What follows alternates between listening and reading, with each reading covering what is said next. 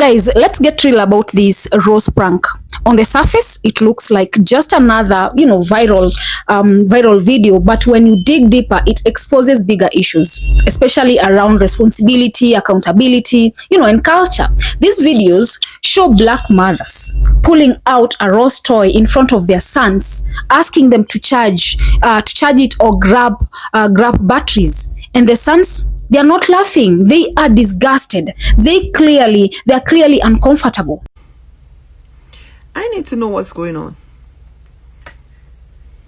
I need to know exactly what's going on. I need to know, why is it some parents have absolutely no privacy?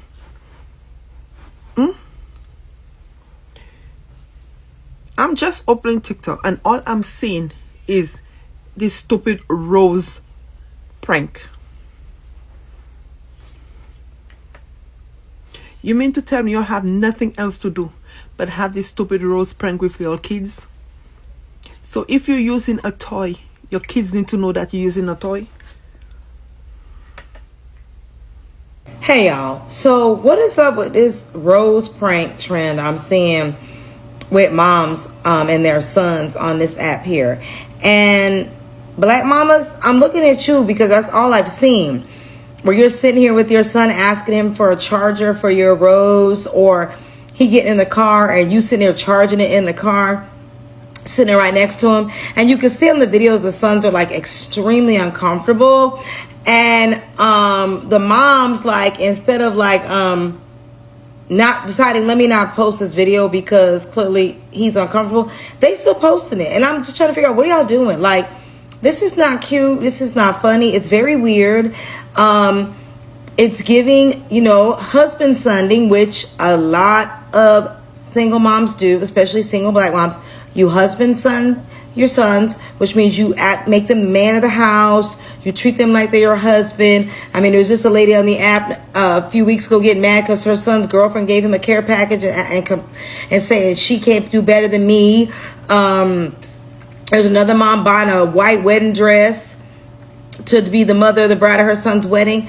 I mean, and now this crap where y'all are on here playing this game and thinking it's cute and funny to prank your son with your X toy. I don't think that's funny or amusing. And if a man was doing that, y'all would be ready to call him every kind of PDF file there is.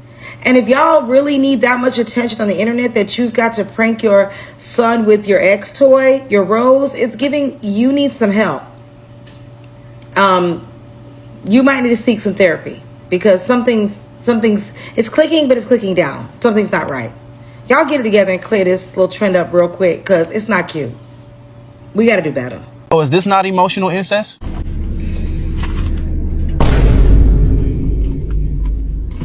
Well, no, that ain't what I think it is. I need some batteries for my rose. You got some batteries? I wanted to know if you had a charger for my rose.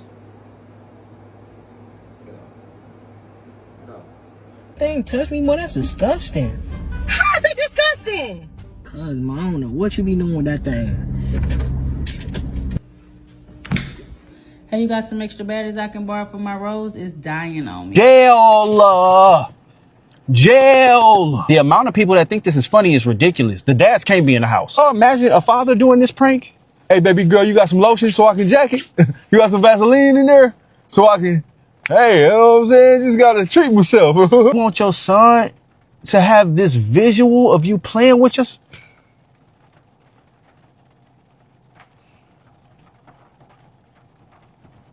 Y'all done took this whole my kids is my best friend shit too far. Y'all know that was just a saying though. That your kids really not your friends. They really not. It just really sound good.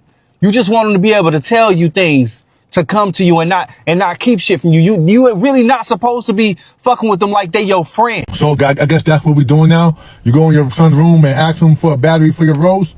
Just a week ago, it was trending that the girl overly sexualizing herself as a teacher. Understand? But we were misjudging that girl as a teacher. Like, ain't no way a woman can be like that. But now we got this trend. Nobody's discernment is kicking in, saying that, oh, this is not a good idea. But hopping on the trend, about hopping on the wave, trying to go viral for clout and likes and views, you want to go in your son's room and do the same thing. Oh, son, you got a battery if I can use for my Rose? You got a charger for my Rose? I go click on the trend and it's a bunch of videos that have been going on for so long. But you raising your son to be respectful, right? Or this is raising your son to look at women as hornball. Y'all went from having a toy tucked in the drawer. If somebody go in that drawer, well, you should never have been searching in my drawer, to being, oh, it's on the dresser now on display. Charger on display. Oh, well, you should never have been in my room. To now, you taking it out the room and displaying in front of your son. Now, here's a twist. Instead of admitting, well, okay, here I've crossed a line, some people immediately flip the victim narrative. They say, why are you attacking black mothers? Or you all just want to make us look bad. But nobody forced these parents to put their children, discomfort online. Nobody pushed, upload on those videos, and that's the part we have to confront. This isn't oppression. This isn't persecution. It's accountability, and too often accountability is mistaken for victimization. Now, here's where the conversation gets uncomfortable. There is a pattern in how these discussions unfold. When bad behavior is exposed, whether it's the rose prank or other reckless online trends, some Black Americans immediately frame the,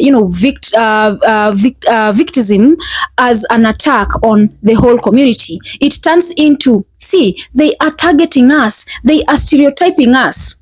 That is what we normally hear. But let's be honest, nobody made these mothers film their kids in awkward, borderline humiliating situations. Nobody asks them to parade private adult items in front of minors for TikTok clout. That was a choice. The problem is, instead of admitting it's a bad decision, the reaction is often deflection. Blame society, blame outsiders, blame stereotypes. That playing victim mindset stops growth in its tracks, because if every critic is seen as an attack, then nothing ever changes. And the truth is, sometimes the harshest critics are not outsiders but members of the same community saying this ain't right. The rose prank is not just a silly viral game. It's a window into a deeper cultural conversation about accountability and responsibility. And here's where things really get messy. When the backlash comes, too many people default to playing victim instead of facing the real issue. Think about it.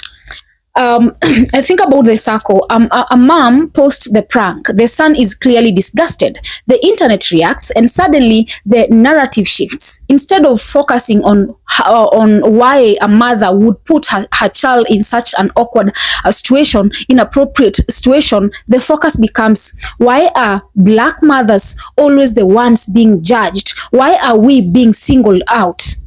But here's the truth. If someone puts their private life online, the critic is not an attack on their race.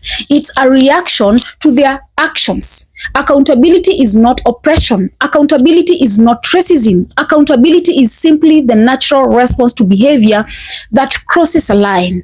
This victim posture, though is powerful and not in a good way, it turns every criticism into proof of persecution. It allows people to avoid saying, yes, this was wrong, and that's dangerous because it means the same mistake get repeated again and again.